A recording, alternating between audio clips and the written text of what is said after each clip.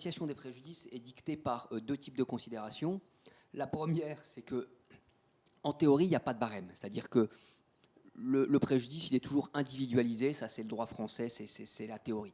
En pratique, il y a des barèmes concrets. On va dire, la souffrance, ça vaut entre temps et temps. Je vais donner un exemple qui paraît monstrueux, mais au moins il est très clair.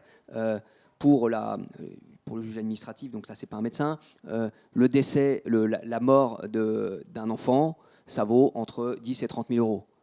Pour le décès, le préjudice moral. Hein. Le préjudice moral pour les frères et sœurs, ça va être de l'ordre de 4 à 8 000. Et si il s'agit d'enfants qui n'habitent plus dans le même foyer, on descend entre 2 et 4 000. Donc vous voyez, c'est des fourchettes qui sont précises.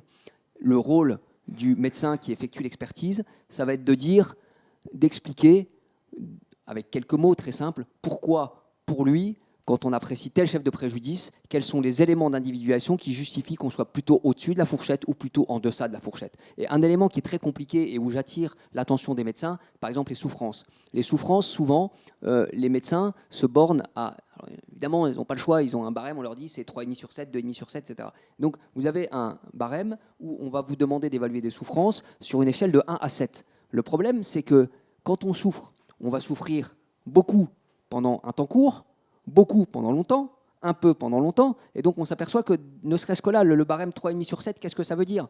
Oui, j'ai eu vachement mal, on m'a arraché un bras, mais en même temps, si on a mis 20 ans à m'arracher le bras petit bout par petit bout, ça fait peut-être beaucoup plus mal que si on me l'arrachait en 30 secondes. Voilà, donc j'ai fini mes exemples, mais c'est ça qui est important dans l'expertise, c'est avoir ce point de vue humain ou inhumain comme on veut, pour donner les éléments d'appréciation courts et précis, pour que le juge puisse tirer les conséquences au moment où lui va donner un chiffre pour évaluer en espèces sonnantes et trébuchantes le préjudice évalué.